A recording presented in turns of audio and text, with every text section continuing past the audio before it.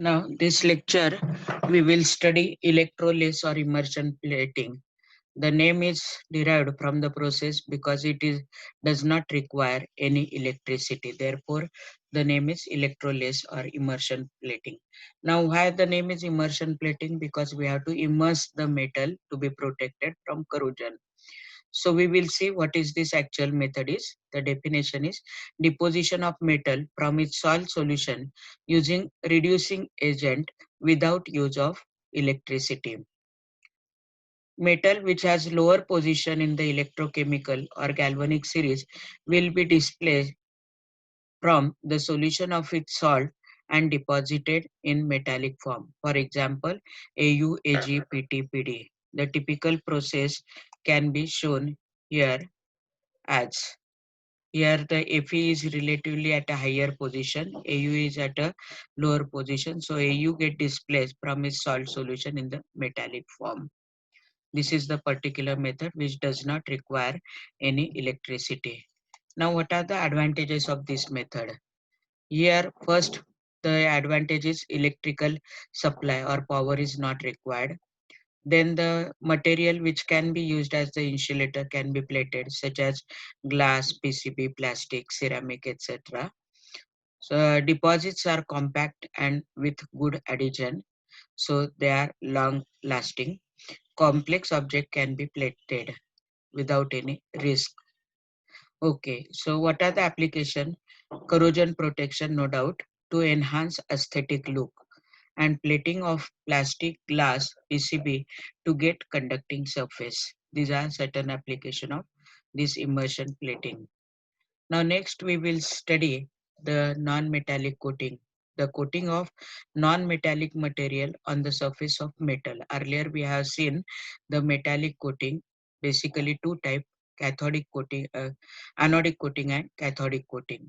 Now which one was better and why? We have seen that anodic are always better because they protect the underlying metal even when it is intact or after the cracks or pores are developed. Cathodic proteins are will protect only when the cathode is intact, but if the pores are developed, then the base metal is corroded. So now we will see non-metallic coatings, the coating of non-metallic material on the metal. Again, this we will divide into two types, chemical conversion coatings and powder coatings. Chemical conversion coatings, these are produced by chemical or electrochemical reaction on surface base metal, whereas powder coating is in which the thin coat of thermoplastic or thermosetting material on the surface of base metal. These are the examples in our syllabus which we have to study. Chemical conversion coatings are also called as surface conversion coatings. There are four types: anodized oxide coatings, chemical oxide coatings, chromate oxide coating, and phosphate coatings. Now, the anodized oxide coating, the typical arrangement required. Here we have the chromic acid or alkaline KMnO4 solution, non-ferrous iron article, that is anode, non-conductor conducting pot, non-ferrous metal alloy which functions as the cathode, and we have to apply the external current that is there. The here this is the anodized oxide coating. Now, chemical oxide coating, base metal treated with alkaline oxidizing solution. Oxide film on metal surface due to atmospheric oxidation, and the original oxide layer becomes thick. The thickness increases and the corrosion resistance increases. This is the advantage of chemical oxide coating. Now, second type of non-metallic coating, we will study the chromate coatings. Base metal or article which is to be protected is immersed in the acidic potassium chromate solution, followed by immersion in neutral chromate solution. We have to dip it in the neutral chromate solution. Again, as I have said, this period depends on the thickness of the layer required, ranging from few minutes to several hours. Then formation of the surface film consisting of Cr plus 3 and Cr plus 6 chromium ions. Coatings are amorphous and non-porous. They are non-porous, so they are protective. Amorphous means powder-like. More corrosion resistance but less abrasion resistance. They protect the base metal from the corrosion, but they cannot resist the abrasion. These are certain examples of the chromate coating. These are the pictures of our VIIT itself, where the chromate coatings are observed. Next, we will see phosphate coatings. It is again one type of the non-metallic coatings. So it is produced by reaction of base metal with aqueous solution of phosphoric acid and phosphate of Mn/Zn. Formation of iron manganese or iron zinc phosphate film is observed on the surface of base metal, which is to be protected from corrosion. So phosphate coating is applied by immersion, spraying or brushing. Immersion means we have to dip it in the solution. Spraying means we have to use the gun or pistol or the wire brush with the bristles. It does not provide complete corrosion resistance. Uh, the limitation is that it provides the corrosion resistance to a certain level, restricted level. It is used as a base coat or a primer coat for paints, enamels, etc. So that is the application of this phosphate coatings. These are some of the examples of phosphate coatings applied on steel, zinc, sometimes on aluminum, cadmium, tin, etc. Chemical reaction between phosphating solution, which is made up of phosphoric acid and zinc or magnesium phosphate copper salt as catalyst, and base metal results into formation of FeZn phosphate or FeMn phosphate film on the surface of base metal. Generally, phosphate coatings are used as primer coat for good adhesion of emulsion paints and lacquers. Pre-paint conversion coatings for aluminum, iron and steel. These are certain application of phosphate coating. Next, we will see the second type and different type of the non-metallic coating, which is not of the earlier type, that is the powder coating. Formation of thin coat of thermoplastic or thermosetting material on the surface of base metal.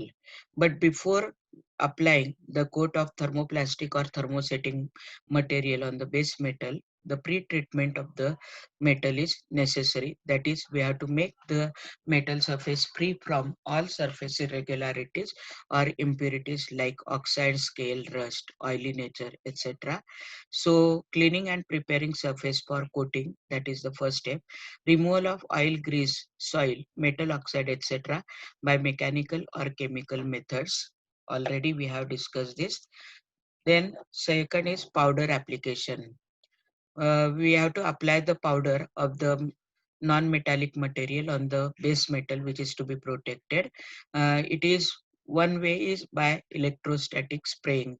Positive charge is applied to the dry powder by electrostatic gun.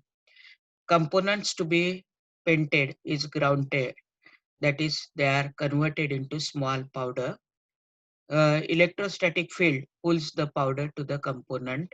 The coating is melted in curing oven so that they get adhered to the base metal. This is the particular application which is seen for this particular type of method. Second, by using the electrostatic fluidized bed method. So in this case, we can see electrostatic powder cloud is there, fluidized powder is there, then uh, porous membrane is there, uh, then electrostatic grid is there, fluidizing air is there, for and grounded converter, that is to convert the powder metal into a powder form. Electrostatic fluidized bed method. Powder particles are kept in suspension by an air stream. Here, air stream is electrically charged, which charges the powder particles. These particles move upward in the bed, forming a cloud of charged particles. The grounded workpiece is covered by charged particles, and the curing is done for the addition, better addition. Now, what is curing process? This thermoplastic powder requires heat to fuse together, forming continuous film.